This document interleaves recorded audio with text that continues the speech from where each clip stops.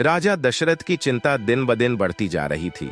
अयोध्या के इस प्रतापी सम्राट के पास वैभव, शक्ति और यश की कोई कमी नहीं थी, परंतु संतानहीनता का दुख उनके मन को निरंतर व्यथित कर रहा था।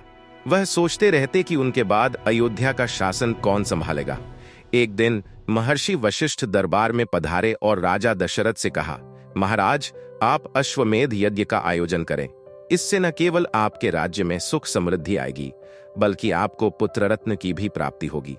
महर्षि की सलाह सुनकर राजा दशरथ ने तत्काल यज्ञ की तैयारियां शुरू करवा दी। उसी समय लंका का राक्षस राज रावण, जिसने ब्रह्मा जी से अमरत्व का वरदान प्राप्त किया था, अपने अहंकार में चूर होकर तीनों लोकों में उत्पात मचा रहा था।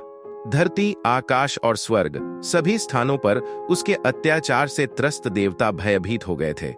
वे सभी भगवान विष्णु के पास गए और प्रार्थना की, प्रभु, रावण के अत्याचारों से हमें मुक्ति दिलाइए। विष्णु भगवान ने देवताओं को आश्वासन दिया और कहा, मैं स्वयं पृथ्वी पर अवतरित होकर रावण का अंत करूंगा।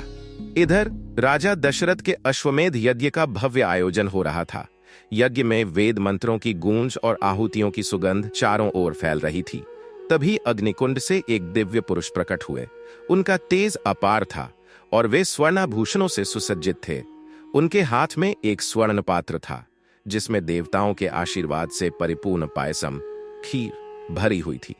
उन्होंने राजा दशरथ को वह पात्र सौंपते हुए कहा, महाराज, इस पायसम को अपनी रानियों में वितरित करें। इससे आपको पुत्र रत्न की प्राप्ति होगी। राजा दशरथ ने अत्यंत श्रद्धा और कृतज्ञता के साथ वह पायसम ग्रहण किया और अपनी तीनों पत्नियों महारानी कौशल्या, कैकेयी और सुमित्रा को दिया।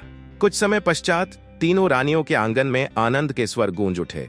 माता कौशल्या ने एक दिव्य और तेजस्वी बालक को जन्म दिया, जिनका नाम राम रखा गया। वे स्वयं भगवान विष्णु के अवतार थे। महारानी कैकेयी के पुत्र भरत हुए, जो धर्मनिष्ठ और माता पिता के आज्ञाकारी थे। वहीं माता सुमित्रा के गर्भ से 2 पुत्र उत्पन्न हुए, लक्ष्मण और शत्रुघ्न। लक्ष्मण भगवान राम के भक्त और समर्पित छोटे भाई थे। शत्रुघ्न निस्वार्थ सेवा एवं निष्ठा के प्रतीक थे। इस प्रकार चारों राजकुमारों के जन्म से अयोध्या में आनंद और उल्लास का वातावरण छा गया। राजा दशरथ का मन पुत्रों के स्नेह में प्रसन्नता से भर उठा और समस्त नगरवासियों ने इस शुभ अवसर का हर्षोल्लास के साथ उत्सव मनाया।